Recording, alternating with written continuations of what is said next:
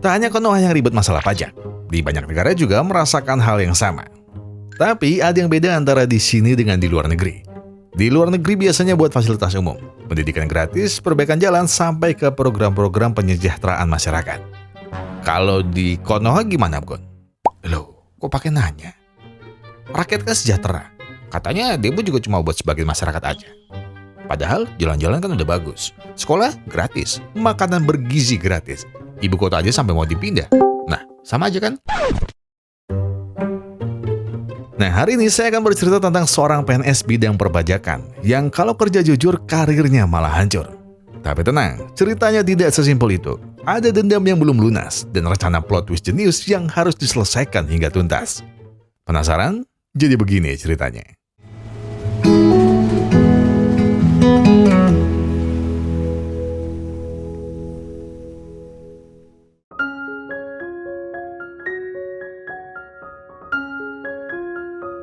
Kumazawa-san, atau mari kita panggil saja Pak Kuma, seorang pegawai pajak senior di Jepang. Dan sebagai senior, Kuma punya bawahan yang bernama Mochizuki. Kuma memang dikenal sebagai pegawai yang ramah dan kerap memberi kelonggaran pada warga negara yang ingin membayar pajaknya. Tapi Mochi sangatlah berbeda. Ya mungkin wajar, karena Mochi masih muda dan belum berkeluarga. Sementara Kuma adalah kepala keluarga dari seorang istri dan anak. Anaknya bernama Natsumi dan istrinya bernama Morikawa. Ya kadang, memang gairah pemuda yang ada di diri Mochi masih sangat kuat, dan ia selalu ingin Kuma sama tegasan seperti dirinya. Mochi ingin Kuma mendapat promosi seperti dirinya. Iya, Mochi akan segera mendapat promosi ke kantor pusat. Sebagai gebrakan terakhirnya di kantor cabang, Mochi ingin mengungkap kasus penggelapan pajak oleh Pak Tachibana. Nama yang baru saja disebut sudah membuat Kuma ketar-ketir.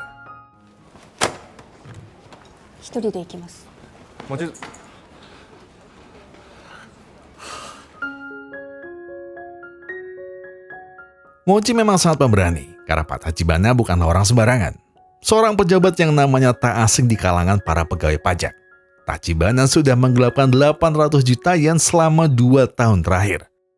Tapi tak ada satupun yang berani menyentuhnya, karena kedekatan Pak Tachibana dengan Ketua Direktorat Jenderal Pajak Jepang, Pak Nakamura. Apa yang Mochi lakukan memang tidak salah, tapi ia tidak datang di waktu yang tepat. Mochi terus mendesak Pak Tachibana untuk mengakui semua kesalahannya di acara donasinya untuk Yayasan Pendidikan Anak di sana. Kuma terus coba menahan gerak Mochi, hingga akhirnya...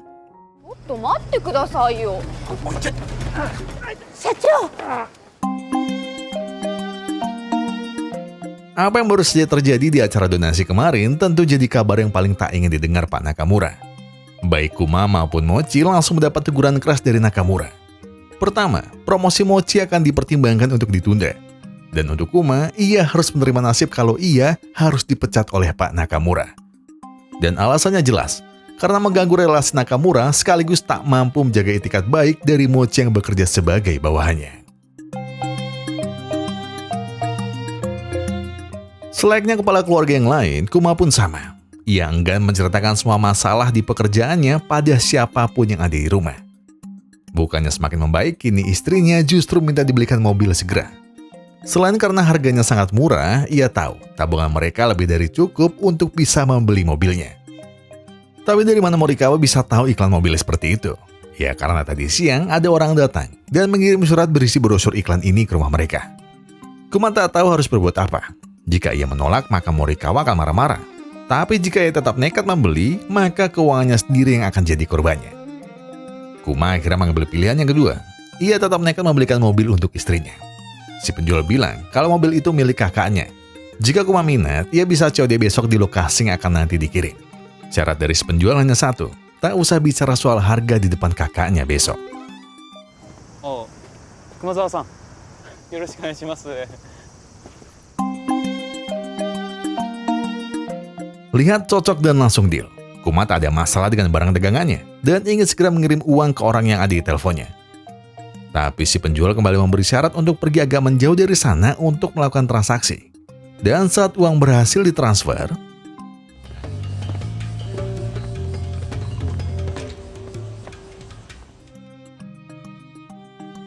mobilnya sudah pergi tepat saat Kuma mengirim uangnya tadi. Dan di saat Kuma meminta pertanggungjawaban dari si penjual hanya bilang, ia tidak punya kakak dan dia adalah anak tunggal.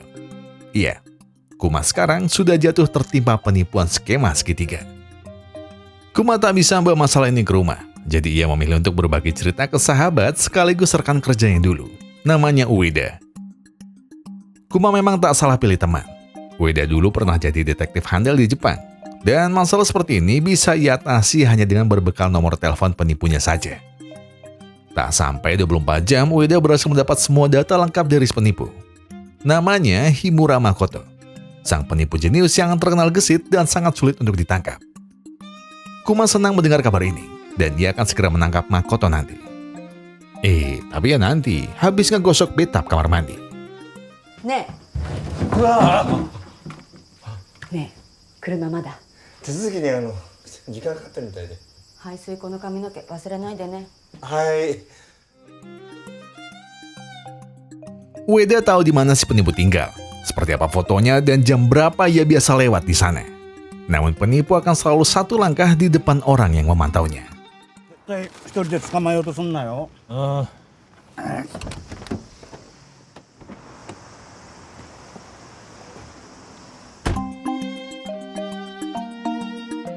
Makoto dari tadi sudah mengawasi gerak-gerik Ueda dan Kuma. Jadi ia datang untuk mengajak Kuma berdamai. Semua uang hasil penipuan mobil kemarin akan Makoto kembalikan sepenuhnya. Tapi Kuma harus mencabut tuntutan atas dirinya di depan Ueda. Kuma hanya tercekat. Ia bingung harus melanjutkan kasusnya tanpa mengambil uangnya atau mengambil uangnya dan menganggap kasus kemarin tak pernah ada. Kuma makin tertekan. Ueda yang tadi pergi kamar mandi pun akan segera kembali. Namun, ada satu tawaran lain yang Makoto berikan.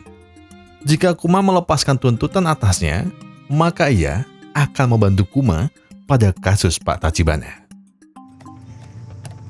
ここで待ってる。考えてみて。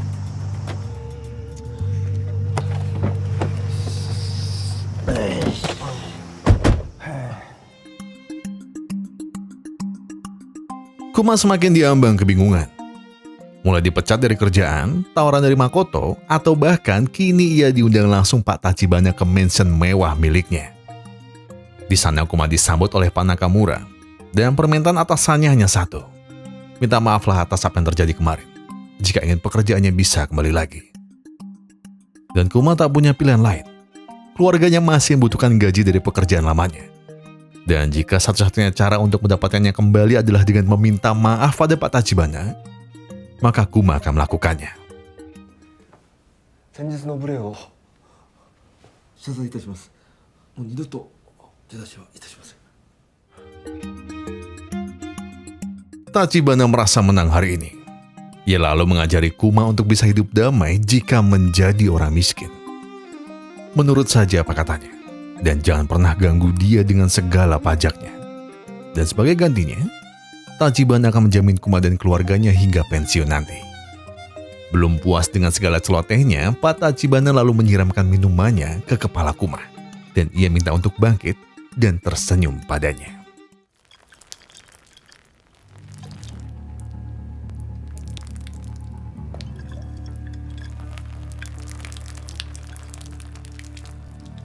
Hmm. 合格。じゃあお帰りよ。 Kuma rela harga dirinya diinjak-injak hanya demi keluarganya bisa hidup baik-baik saja. Namun Mochi tiba-tiba datang dan ingin menceritakan sesuatu. Dan itu jauh lebih buruk dari apa yang Pak Nakamura ancamkan sebelumnya. Iya, promosi Mochi sepenuhnya dibatalkan. Rasa kecewa Mochi tak sampai di situ saja. Ia lagi-lagi kecewa pada Kuma. Mochi rela batal promosi demi tak menjilat Pak Tachibana dan semua kebusukannya. Sementara Kuma, ia rela membuang jauh harga dirinya demi bisa mendapat pekerjaannya kembali. Kuma memahami bagaimana kecewanya Mochi, tapi ia juga tak bisa begitu saja membuat Mochi paham apa yang ia rasakan. Jadi Kuma lebih memilih untuk kembali menemui Pak Tachibana dan minta keringanan atas hukuman yang dijatuhkan pada Mochi. Ia berjanji akan menjaga Mochi agar tak pernah mengusiknya lagi. Tapi tanpa Kuma duga, Tachibana langsung menerima tawarannya. Namun, ada satu cerita lama yang ingin Tachibana ceritakan pada Kuma. Dan cerita itu adalah tentang pegawai pajak yang selalu mengusiknya 7 tahun yang lalu. Pegawai itu tiba-tiba dipecat begitu saja. Dan setelahnya, mengakhiri hidupnya sendiri dengan lompat dari gedung lantai atas. その社員の名前は忘れたな。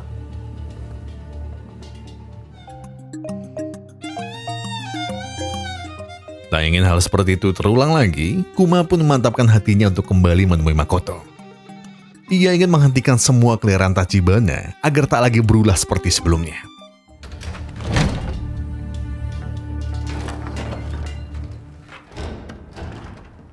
顔色悪いね。 Kuma menceritakan kasus penggelapan pajak yang telah dilakukan oleh Tachibana. Jumlahnya mencapai 1 miliar yen lebih. Atau jika dirupiahkan bisa mencapai 111 miliar rupiah. Jadi tak ada alasan lagi untuk tidak menghentikan Tachibana. Makoto setuju dengan apa yang Kuma rencanakan.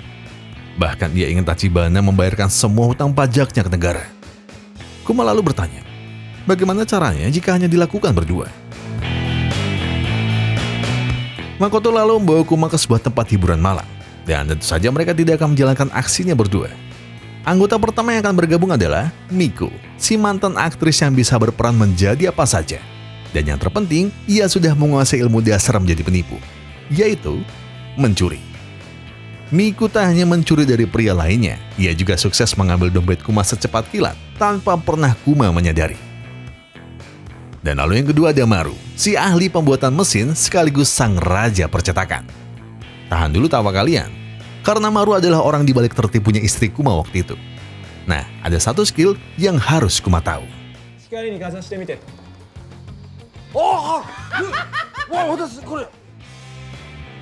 Cuma berempat? Oh, tentu belum. Masih ada lagi.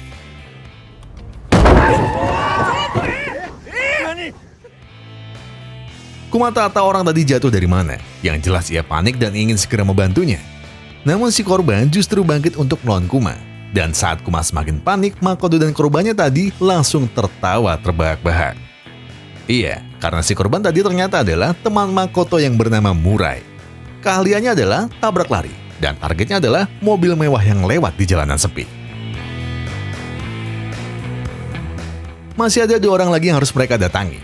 Namun Makoto kali ini tak ingin bawa Kuma karena terlalu berbahaya. Tapi Kuma nekat. Ia ingin ikut dan menemani Makoto. 2 orang yang tersisa adalah pasangan ibu dan anak yang mencari nafkah lewat jalur rentenir. Namanya Taka dan Mori. Sebenarnya mereka berdua pernah menjadi korban penipuan Makoto. Namun Makoto berhasil lolos begitu saja. Dan kenapa Makoto justru mengajak mereka di misi kali ini? Ya karena Makoto tahu, setiap penipuan butuh dana, dan uang dari mereka akan sangat berguna. Ya walaupun kalau sampai gagal, jari kaki Makoto dan Kuma akan jadi koleksi baru di markas Taka dan Mori. いつ返す返事によっては彼の指ぶっ飛ぶわよ。この山がうまくいけば返します。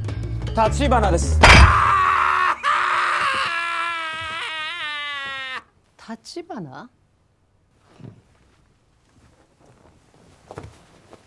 気絶してます。 Mendengar nama Tachibana, Taka langsung terdiam. Taka tahu kalau Tachibana tak hanya pejabat, tapi sekaligus pengusaha properti licik yang pernah mengganggu usahanya dulu. Dan tawaran Makoto tentu menjadi tepat untuk balas dendam. Mereka bertujuan sama target 1 orang, Pak Tachibana. Dari rencana kali ini mereka akan bawa kabur 1,4 miliar yen. 1 miliarnya akan dikembalikan ke negara, sementara sisanya akan dibagi secara rata. Semua bersemangat mendengar rencana ini, karena ini akan menjadi misi pertama yang berguna untuk banyak masyarakat Jepang. Tapi, apa rencananya? どんな詐欺を？土地取引できます。 Menjual tanah yang sudah lama didam-idamkan oleh Tachibana, tapi tentu saja semua transaksinya adalah fiktif. Orang yang akan menjadi umpan pertamanya tentu saja Kumazawa. Kuma memang hanya seorang pemula, tapi jabatannya sebagai pegawai pajak tentu tak akan meninggalkan rasa curiga di benak Tachibana. Rencana mungkin tidak akan berjalan semulus itu, tapi Makoto tahu cara menembus setiap kesulitannya. Pertama-tama, Kuma harus bilang pada Ueda untuk mencabut semua tuntutan pada Makoto sebelumnya. Kemudian Makoto juga sudah tahu kalau Tachibana adalah pelanggan VIP di sebuah nightclub. Bahkan Tachibana punya akses khusus untuk bisa masuk ke sebuah bar bilar VIP yang ada di sana. Murai akan menyamar jadi waitress, dan Miko akan menyamar jadi wanita yang menemani Sultan bermain. Lalu tugas Maru adalah membuat mesin magnetik agar bisa merubah arah bola sesuai keinginannya.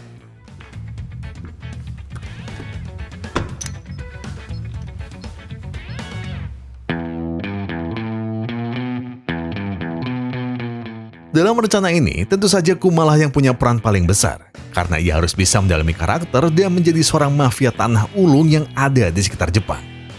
Tak cuma itu, ia juga diharuskan jago bermain biliar, karena ia nanti harus bermain melawan Tachibana demi bisa melanjutkan misi ke langkah yang selanjutnya. Kuma benar-benar mempelajari semua karakter yang Makoto minta. Ia juga mempelajari cara bermain biliar, walau sebelumnya ia tak pernah sekalipun mencoba. Kuma benar-benar dilatih bagai seekor kuda, tapi ia juga tak mundur sedikit pun, dan ia benar-benar ingin bisa menghentikan segala keserakahan yang selama ini Tachibana lakukan.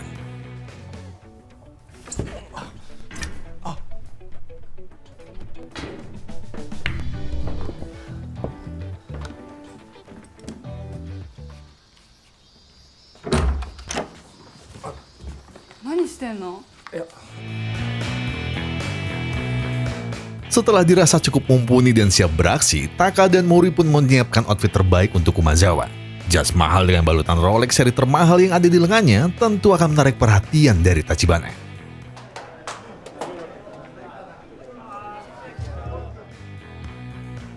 Dan benar saja, pakaian serba mewah yang Kuma gunakan berhasil membuat Tachibana langsung mendatanginya. Aksi Kuma akan terus berada di bawah pantauan Makoto, Maru, Miko, dan Murai. Tapi sepertinya mereka hanya menyaksikan saja, karena tanpa diduga, Kuma berhasil memainkan perannya dengan sangat baik. Bahkan ia berani menantang Tachibana untuk bermain biliar selama 5 game. Dan siapapun yang menang akan mendapat 1 juta yen sebagai hadiahnya. Permainan Kuma mungkin masih terlihat kaku, tapi tidak dengan semua kebohongan yang telah ia pelajari. Kuma berhasil membuat Tachibana percaya dengan semua kekayaan dan semua bisnis yang ada di balik pekerjaan utamanya sebagai pegawai pajak. Bahkan Kuma juga menawarkan untuk berbisnis properti bersama jika Tachibana membutuhkannya. Selain itu, Kuma benar-benar membuat Tachibana percaya kalau Kuma kerap berjudi di negara-negara lainnya. Dengan bangganya Kuma membual kalau berjudi di Jepang bukanlah kelasnya. Tapi karena yang mengajak adalah Tachibana, barulah ia menerima tawarannya. Baik Kuma atau Tachibana terus silih berganti meraih kemenangan. Tapi yang pasti setiap Tachibana akan menang, disitulah Maru mulai beraksi dengan mesin racikannya.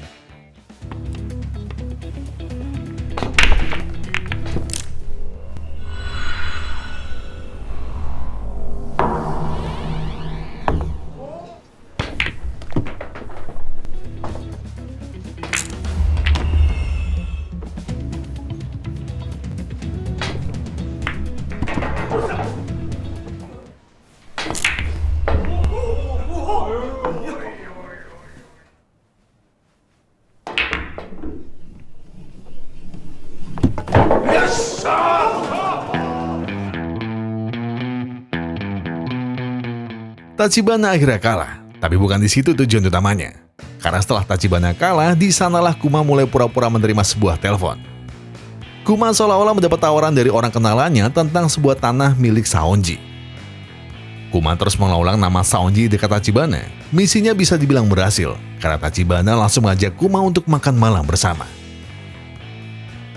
Tachibana tertarik dengan nama Saonji, karena nama itu adalah pemilik sebuah tanah besar yang ada di pusat kota. Tanah yang sudah lama Tachibana incar, tapi pemiliknya yang merupakan seorang senayang benar-benar tidak ingin menjualnya. Menurut mereka, akan ada hal buruk jika Saonji menjual tanahnya. Tapi Tachibana tak mengundang dengan niatan baik-baik. Tachibana mengancam akan melaporkan Kuma ke Pak Nakamura jika tidak memberikan informasi siapa agen propertinya.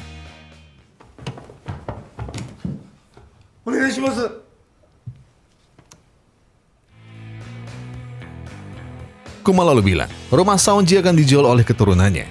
Orang yang memberi informasi tadi bukan sembarang orang. Dia adalah seorang agen properti sekaligus seorang cucu DPRD. Jadi apapun yang ia ucapkan akan selalu bisa dipercaya dan bisa dipertanggungjawabkan. Orang yang akan menyamar menjadi agen properti adalah Makoto. Ia baru pura-pura bekerja di perusahaan properti bernama Momiji Real Estate. Tachibana datang ke sana bersama asistennya, Sakai, orang yang membantu melakukan validasi segala dokumen yang dimiliki oleh Makoto. Tanpa ragu sedikit pun, Tachibana segera minta diantar ke tanah milik Saonji, memeriksa semua isinya dan minta Sakai untuk mengambil foto di setiap sudutnya. Tanah dengan luas 3 hektar ini rencananya akan Tachibana beli, lalu diratakan dengan tanah, kemudian dibangun apartemen mewah dengan berbagai sarana penunjang di tengahnya. Letaknya yang ada di tengah kota membuat Tachibana sangat menginginkannya sejak lama. Sepulang dari melakukan survei, Tachibana semakin diyakinkan oleh semua bawahannya kalau tanah Saonji aman dan tidak bermasalah sama sekali, karena tanahnya sudah tercatat di situs pertanahan nasional dalam kondisi sedang dijual. Namun Tachibana tak semudah itu untuk ditipu. Kasus penipuan tanah fiktif sudah marak beberapa tahun terakhir, dan bisa jadi mereka akan jadi yang selanjutnya. Namun Tachibana punya cara tersendiri untuk bisa memastikan apakah yang ini penipuan atau bukan.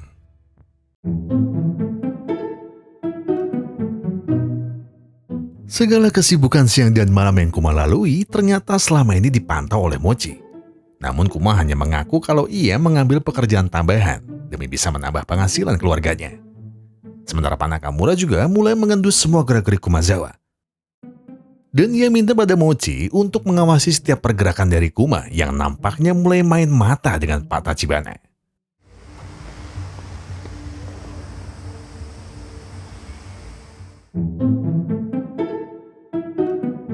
Kembali ke rencana penipuan yang ada. Kali ini Miku ditugaskan untuk menjadi keturunan Saonji. Kuma mulai paham cara main sebagai penipu. Tapi karena suaranya terlalu keras, tiba-tiba ada tamu yang tak diundang. Papa, nani shiten no? Natsume tiba-tiba datang di sana. Ia diminta ibunya mencari ayahnya yang kerap pulang terlambat setiap malam. Terlebih lagi, ada bau parfum aneh yang membuat ibunya Natsume curiga. Ayahnya mungkin tidak selingkuh, namun Natsume tercengang saat tahu ayahnya tergabung dalam komplotan penipu. Beruntung Makoto dan yang lainnya langsung gerak cepat dan langsung bersandiwara seolah-olah mereka adalah grup teater. Tak hanya sekedar membual di depan Natsume, Makoto bahkan ikut Kuma ke rumahnya demi bisa meyakinkan istri Kuma kalau Kuma tak benar-benar ikut proses penipuan. Dibanding memperhatikan semua kebohongan yang Makoto buat di rumahnya tadi, Kuma jauh lebih memperhatikan jam tangan mati yang dipakai oleh Makoto. Makoto memang sengaja memakainya, tapi bukan karena masalah tren, tapi itu ada filosofinya dan sangat populer di Eropa Utara. Di sana, jam mati sengaja digunakan anak muda yang ingin berjiwa bebas dan ingin hidupnya berjalan sesuai ritme yang mereka inginkan. Bualan demi bualan Makoto membuat Kuma sadar betapa licik dan piciknya pikiran Makoto. Skenario yang ia ceritakan tadi pada anak dan istrinya juga mengarah ke sebuah pembalasan dendam pada orang-orang yang punya kuasa. Hingga akhirnya Kuma mulai sadar kalau ia sejak awal memang sudah dijadikan alat Makoto untuk membalaskan dendamnya sendiri. Makoto enggan menjawabnya, kemudian pergi begitu saja. お前何してんだ。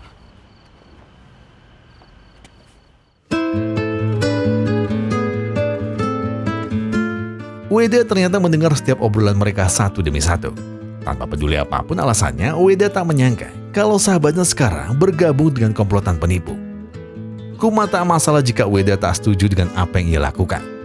Tapi ada rencana di balik semua yang ia lakukan, dan Ueda akan memahaminya semua nanti. 家族のことも考えろ。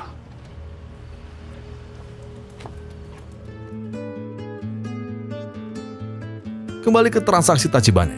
Hari ini Miku akan melanjutkan samarannya menjadi keturunan Saonji dan didampingi Makoto serta Taka sebagai pengacaranya. Sebelum mereka bertiga akan melanjutkan proses transaksinya, ada satu tes yang ingin Sakai dan Tachibana lakukan. Sakai minta Saonji untuk membuktikan ada beberapa foto yang bukan merupakan foto rumahnya. Makoto dan Taka tentu panik. Mereka juga tak senang dengan cara Tachibana meragukan kliennya. Namun Miku berhasil berperan dengan sangat sempurna. この中にはございません。大変失礼いたしました。Setelah berhasil melewati tes yang dilakukan Tachibana, Taka minta pelunasan harus dilakukan segera dan pembayaran harus melalui tunai senilai 1,4 miliar yen. Pembayaran melalui tunai tentu menjadi berkah untuk Tachibana. Ia bisa menghindar dari kewajiban bayar pajak lagi karena transaksinya tak bisa dideteksi oleh perbankan negara. Namun, saat keberhasilan sudah di depan mata, Pak Tachibana tiba-tiba mendapat telepon dari Pak Nakamura untuk berhati-hati dengan Kuma. Nakamura merasa ada yang tak beres dengan gerak-gerik Kuma selama ini.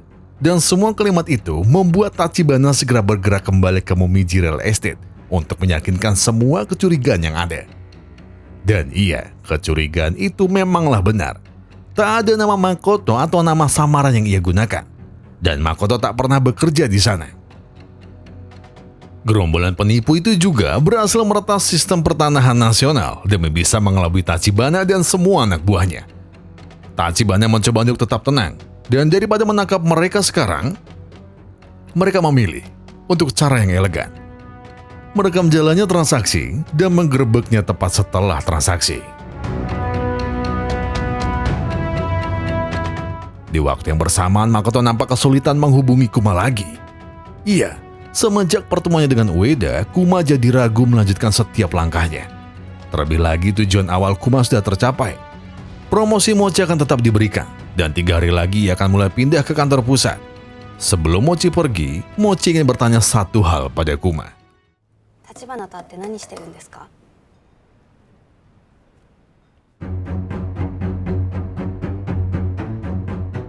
Setelah menyimpan semua sendirian, Kuma akhirnya jujur pada Mochi tentang niatannya untuk menipu Tachibana. Walau tahu Tachibana bersalah, tapi yang Kuma lakukan tetaplah sebuah kejahatan di mata Mochi. Sayangnya, Mochi tak perlu memberitahu soal benar atau jahat di depan Kuma. Semua rencananya ini ia lakukan demi 2 orang. Meloloskan promosi Mochi yang kebetulan sudah berhasil, dan membalas 1 dendam yang telah dipendam selama 7 tahun.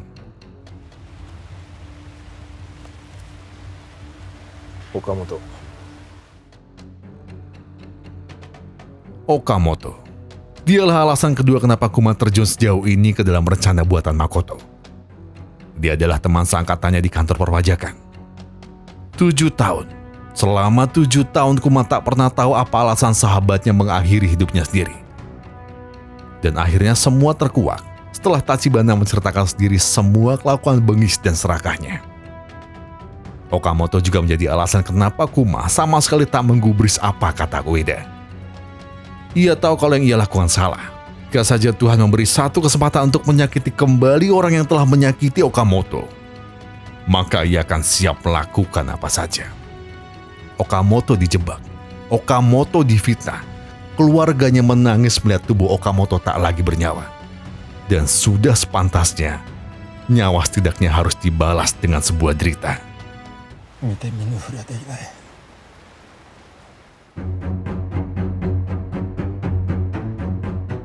Dengan tubuh yang basah kuyup, Kuma kembali ke markas untuk ikut merencanakan apa yang akan terjadi besok. Seolah tak mau kalah begitu saja, pihak Tachibana juga menyiapkan jebakan demi jebakan untuk bisa menangkap orang yang telah berani mengelabuinya. Kuma bersiap menunggu di bawah dan bersiap menjemput Miku, Makoto, dan Taka yang akan menerima bayaran 1,4 miliar yen secara tunai.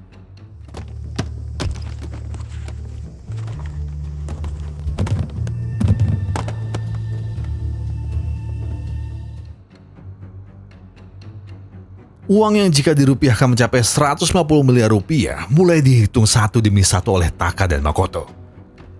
Kuma mulai sadar kondisinya mulai tak kondusif saat melihat segerombolan bodyguard masuk ke ruangan pertemuan antara Tachibana dan ketiga rekannya. Kuma coba segera memberi kabar yang lain. Sialnya Kuma sudah dalam pantauan dan ada satu orang yang tiba-tiba menegurnya.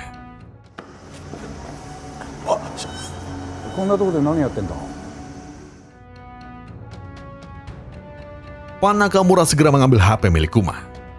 Namun tanpa ia sadari di belakangnya sudah ada Mochi. Mulut Pak Nakamura tak lagi bisa dikontrol setelah ia dituduh bersekongkol dengan Pak Tachibana.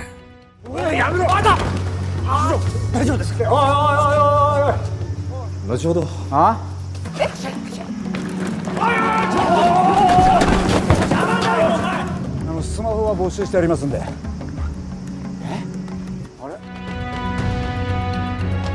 Kuma berhasil melarikan diri, dan dia berhasil menguasai teknik dasar menjadi seorang penipu.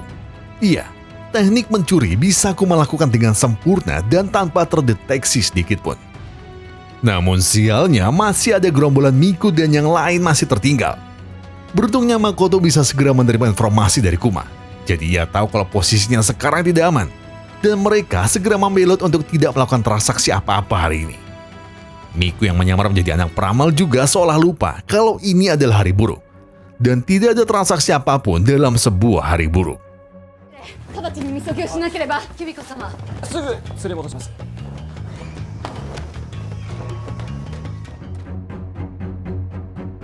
Tachibana segera minta anak buahnya yang ada di bawah untuk menangkap Makoto dan yang lain. Tapi sialnya ada Maru dan Murai yang menghadang langkah mereka. Ditambah lagi mereka tak bisa segera pergi karena kunci mobil yang akan mereka pakai untuk kabur sekarang ada di tangan Nakamura. Tak ada lagi tempat untuk berlari.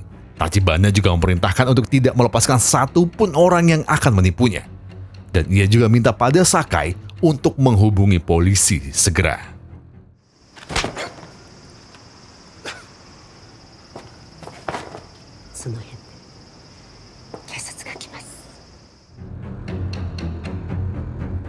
Tachibana merasa menang dengan semua keberhasilannya menangkap orang-orang yang akan menipunya. Tapi tunggu dulu, sepertinya Tachibana harus melihat cerminan wajahnya sendiri.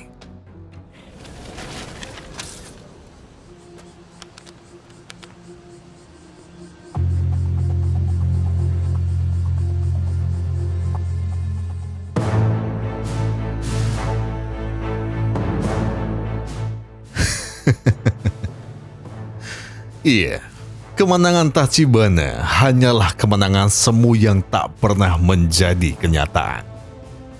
Semua lembaran uang milik Tachibana tak ada satupun yang berupa uang asli. Semua adalah uang palsu. Anak buah Tachibana sempat mengelak. Uang-uang yang ada selalu dijaga dan tidak pernah sekalipun tertukar. Namun, ada satu hal yang Tachibana curigai.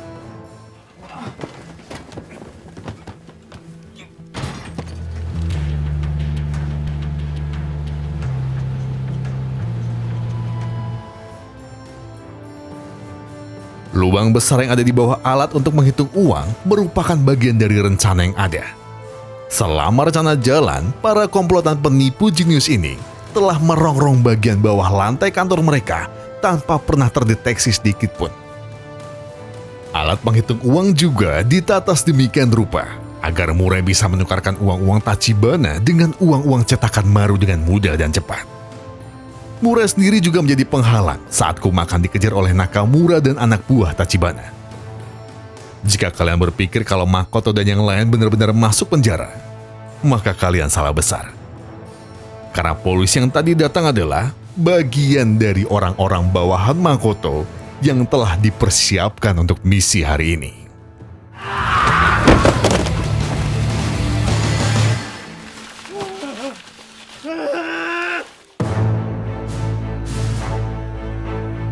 Misi mereka tuntas setuntas-tuntasnya. Semua uang pajak yang merupakan hak rakyat telah berhasil mereka bawa dan akan segera dikembalikan ke negara. Dan sisa 400 juta yen atau 44 miliar rupiah akan dibagi rata ke setiap anggota tim yang ada. Tapi tunggu, masih ada satu anggota yang baru saja kembali.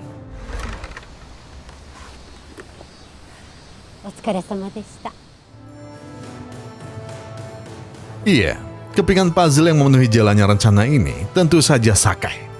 Bawahan Makoto yang sengaja disusupkan di pihak Pak Tachibana untuk menjadi mata-mata dan informan paling valid untuk misi mereka.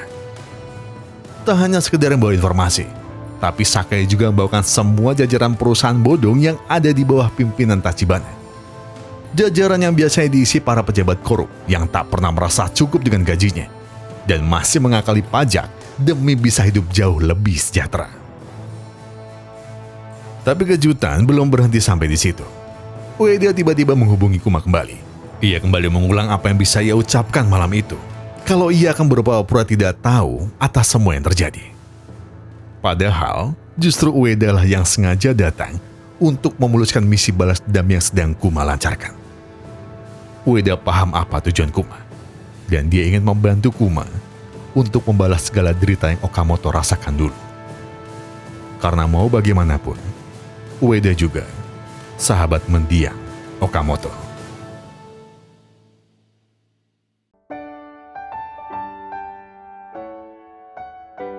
Dendam tak hanya menjadi milik Kuma semata, seperti skenario yang pernah Makoto ceritakan ke istri dan anak Kumazawa.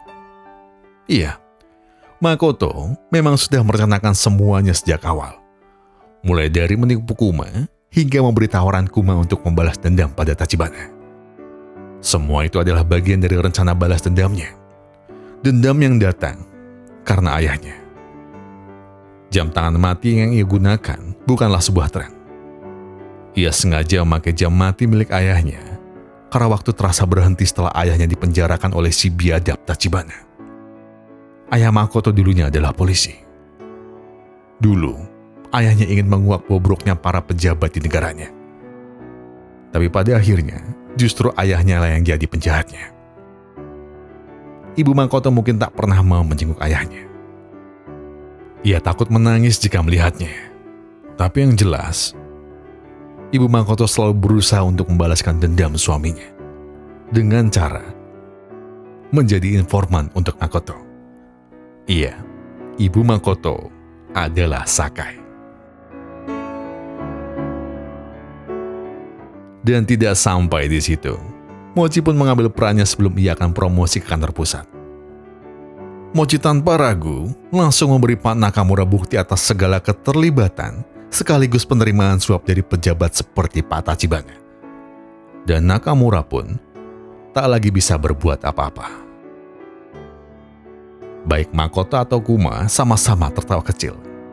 Kuma merasa dimanfaatkan oleh Makoto. Tapi Makoto juga merasa sebaliknya.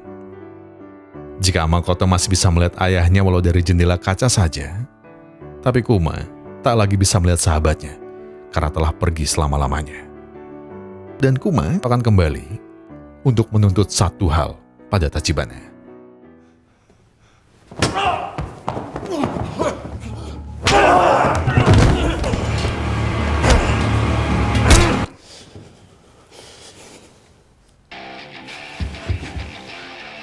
法人税及び追徴課税計10億3625万8432円納付されました。